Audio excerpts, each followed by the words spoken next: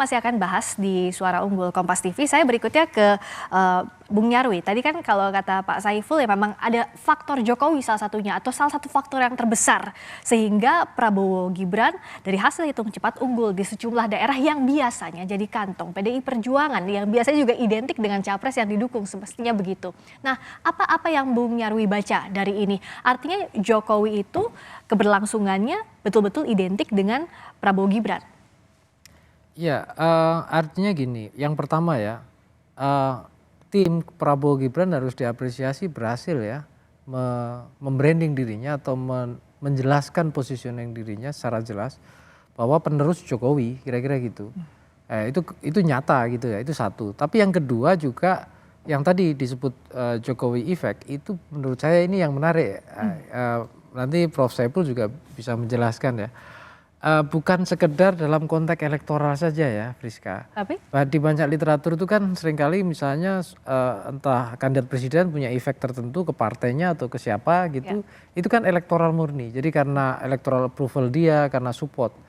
Nah, saya lihat juga Jokowi Effect ini, efek Jokowi sebagai kepala negara, kepala pemerintahan yang punya resources. Ya. Jadi efek itu menurut saya jauh lebih terasa gitu.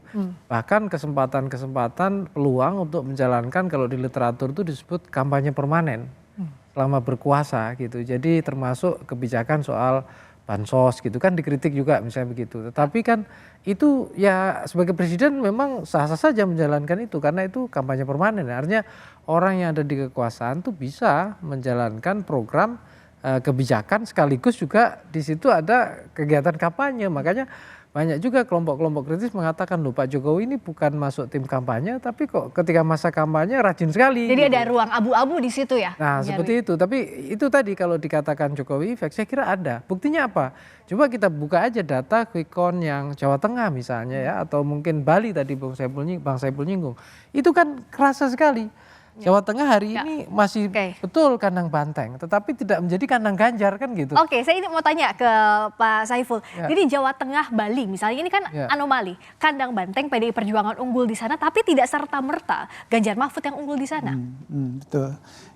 Itu mengindikasikan bahwa kontestasi antara partai atau calon-calon legislatif dengan pilpres itu dua hal yang berbeda gitu ya.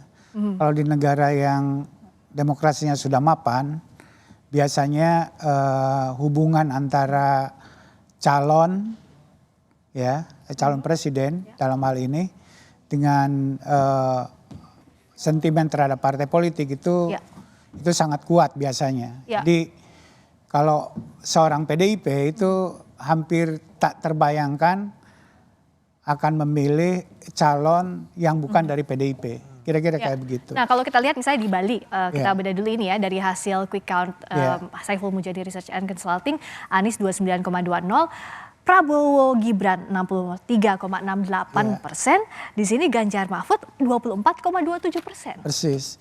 Jadi itu kurang lebih separuh dari suara PDIP di Bali sebenarnya. Jadi itu mengindikasikan bahwa di kita begitu kuatnya seorang personal individu daripada partai politik gitu ya.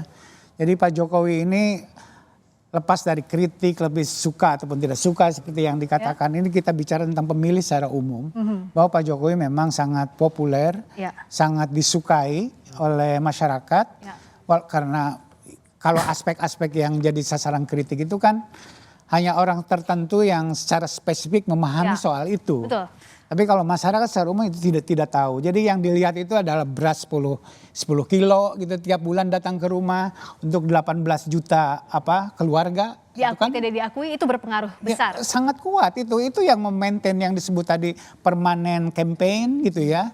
Jadi itu memang Pak Jokowi cukup cerdik, cukup pintar menggunakan segala resources untuk kepentingan politiknya, kira-kira begitu. Dari permanent campaign yang berhasil salah satunya adalah di Jawa Tengah. Kita lihat datanya untuk Anies Mohaimin 13,21%, Prabowo Gibran 51,77%, Ganjar Mahfud 35,02%. Ini sama seperti di Bali. Kandang banteng PDI Perjuangan di situ unggul, tapi kenapa sosok Joko Widodo bisa mengambil alih suara untuk Prabowo Gibran. Jadi betul-betul sosok, tidak party ID. Padahal provinsi-provinsi ini biasanya party ID sama dengan siapa calon presiden. Persis, itu dia. Jadi oleh karena itu kalau Pak Jokowi mengklaim bahwa dirinya bisa menang sebagai presiden, bukan karena partai politik. Gitu. Partai politik lebih sebagai kepentingan administratif saja gitu ya untuk daftar ke KPU karena undang-undang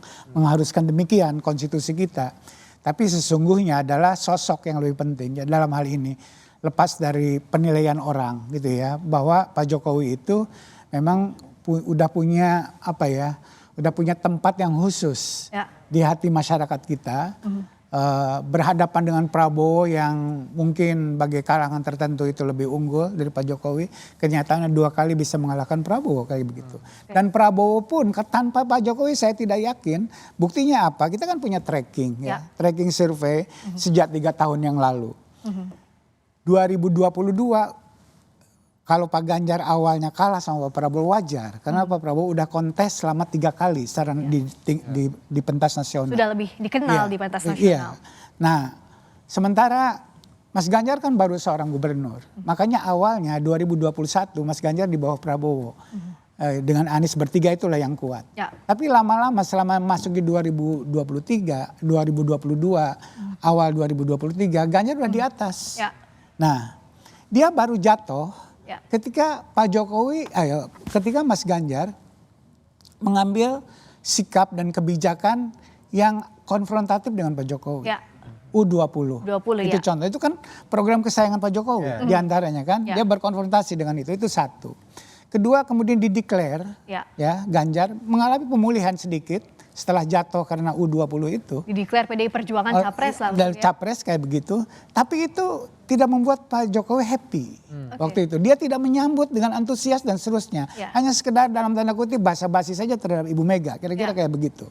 Nah akhirnya coba bayangkan kenapa ini terjadi adalah karena Pak Jokowi punya agenda politik sendiri nampaknya. Yang saya baca yaitu adalah ada keinginan untuk berkuasa terus, mencoba dengan 3 periode tidak berhasil, karena dijegal oleh PDI Perjuangan. Oleh karena itu jalan yang realistis bagi dia adalah mengajak orang yang membutuhkannya, dalam ini Prabowo. Inilah yang terjadi.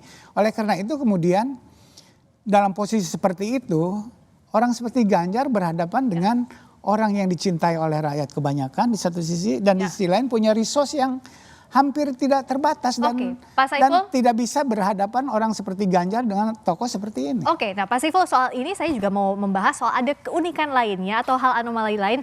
Sekarang Pak Jokowi diidentikan dengan Pak Prabowo, dapatlah itu elektoralnya dengan capres unggul berdasarkan beberapa hasil hitung cepat. Tapi di sisi lain Pak Jokowi yang coba mengerek partai politik itu juga tidak serta-merta dengan PSI yang selama ini coba diangkat. Kita akan bahas ini usai jeda di Suara Unggul.